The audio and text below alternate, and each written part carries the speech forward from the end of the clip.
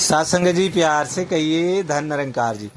सासंगत जी आज का बहुत ही सुंदर विषय अवतार वाणी का ये शब्द चेतन किया जा रहा है, चेतावनी भी दी जा रही है कि समय रहते जाग जा कि जे साध दी शरण न आयो दर दर धक्के खाएगा कई अवतार ज्ञान दे बाजो 84 विच जाएगा। कितनी सत्संगत जागरूकता वाली अवस्था, कितने सुंदर रूप में सत्संगत जगाया जा रहा है कि सत्संगत हमारा मन जो है पल पल क्षण क्षण सत्संगत भूल जाता है, भटक जाता है, तो इसको अलर्ट किया जा रहा है। बाबा अवतार सिंह जी महाराज चेतन कर रहे हैं कि ए मेरे मन जे साध दी शरण न आयो दर दर धक्के खाएगा। जिसका सत्संगत मालिक नहीं होता, जिसका साईं नहीं होता, उसकी क्या हालत होती है। जिसका प्रभु नहीं होता, हम कहते हैं सत्संगत कि जिसका कोई नहीं उसका खुदा है यारो, ये प्रभु परमात्मा। जब हम ये मान लेते हैं, जब इसकी शरण में आ जाते हैं, संतों की शरण में आ जाते हैं, गुरु की शरण में आ जाते हैं, तब सत्संगत हम मालिक वाले हो जाते हैं। वरना तो फिर अवतार वाणी के अंदर ये भी कहा कि पिस जांदा ओ दाना जेड़ा आप मुआरा हो जाता है। जो अपने मन के हिसाब से चलने लगता है वो इस संसार के दो चक्की के पाटों के अंदर पिस जाता है, अर्थात उसका पतन हो जाता है। वो 84 लाख योनियों में चला जाता है। सासंगत जिसका जिक्र अगले शब्द में हो रहा है कि कई अवतार ज्ञान दे बाजो 84 विच जाएगा, कि जहां से आए थे 84 लाख योनियां काट करके जहां से हम आए थे वहीं वापिस। तो सत्संगत कितना सुंदर मौका मिला है। मानव जन्म दुर्लभ है, उतना बारंबार देवता भी जिसके लिए तरसते हैं, क्योंकि उनके पास शरीर नहीं होता जिसमें बैठ के प्रभु बंदगी करी जा सके और मोक्ष प्राप्त किया जा सके, भटक जाते हैं साध संगत।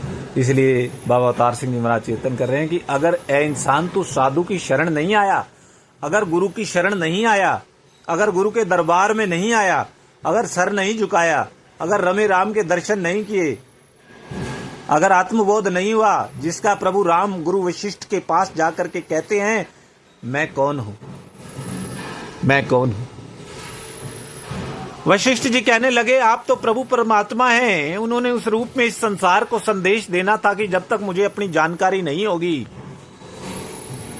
ऐ इंसानों, जब तक आपको अपनी जानकारी नहीं होगी, आप गुरु की शरण में नहीं आओगे, आप गुरु की बात को नहीं मानोगे, जे साधु दी शरण ना आया दर दर धक्के खाएगा, आपके जीवन में ऐसी भटकन रहेगी। जिसकी अवस्था मीराबाई जब तक गुरु की शरण में नहीं पहुंची, जब तक भगवान कृष्ण जी की मूर्ति लेके घूम रही है और सत्संगत ये परेशान हो गई, घर भी मैंने छोड़ दिया और मैं प्रभु की प्राप्ति भी नहीं हुई, ना मैं इधर की ना मैं उधर की। तो उनके मुख से भी ये शब्द निकले थे सत्संगत कि लकड़ी जली कोयला भई, कोयले से फिर राख, मैं अभागन ऐसी जली, ना कोयला भई ना राख, ना मैं इधर की ना मैं उधर की। और उसके कुछ समय बाद जब गुरु की शरण मिल जाती है, गुरु रविदास की शरण मिल जाती है, तब क्या कहते हैं, पायो जी मैंने राम रतन धन पायो, वस्तु अमोलक दी मेरे सतगुरु। मेरे सतगुरु ने मुझे ये अमोलक वस्तु, ये निराकार प्रभु परमात्मा के दर्शन दे दिए, इस रमे राम के साथ जोड़ दिया मुझे। आप हम सभी भागों वाले हैं।